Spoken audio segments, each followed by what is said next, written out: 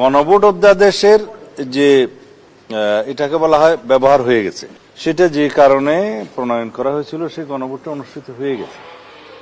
এটার অধীনে সামনে আর কোনো গণভোট অনুষ্ঠিত হবে না। এইটাকে আবার অনুমোদন করে বিল আকারে নিয়ে এসে আইন বানানোর কোনো অর্থ নেই।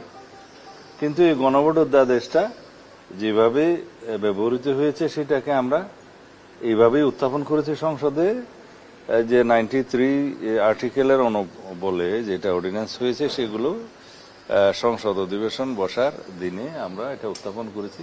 30 দিনের ভিতরে অর্ডিন্যান্সগুলোর ভাগ্য নির্ধারণ হয়। কিন্তু এইটার ভাগ্য তো হয়ে গেছে, এই অর্ডিন্যান্স অনুসারে তো গণভোট অনুষ্ঠিত হয়ে গেছে। এখন এটার আর কোনো সামনের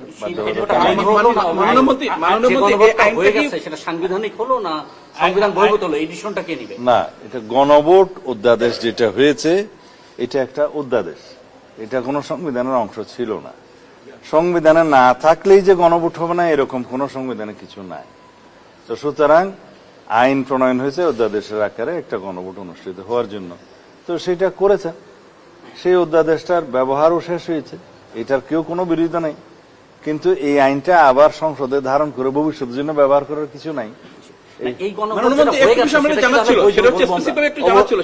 আইনটাতে বলা আছে যে এই গণভোট হওয়ার পরে আইনটি অকার্যকর হবে, প্রত্যেকটা গণভোটে তাই হয়। কিন্তু প্রশ্নটা হচ্ছে যে পার্লামেন্টে যে রেকটিফাই করার যে বিষয়টি থাকে সেই জায়গায় আপনারা রেকটিফাই করতে উত্থাপন হয়েছে, সে যেটা অধ্যাদেশ সেটা উত্থাপন হয়েছে। যে অধ্যাদেশগুলো যেমন সীমানা নির্ধারণের জন্য আছে, যেমন আরপিও আছে, এগুলোর ভবিষ্যৎ এফেক্ট আছে। তো সুতরাং ওগুলো ওভাবে আমরা রেটিফিকেশন করতে হবে। আবার সীমানা নির্ধারণ হবে আগামী 10 বছর অথবা আদমশুমারি যেটা আগে হয়। তো সুতরাং এগুলো আইনে পরিণত করতে হবে, রেটিফিকেশন করতে হবে। এইটা রেটিফিকেশনের কিছু করার নাই।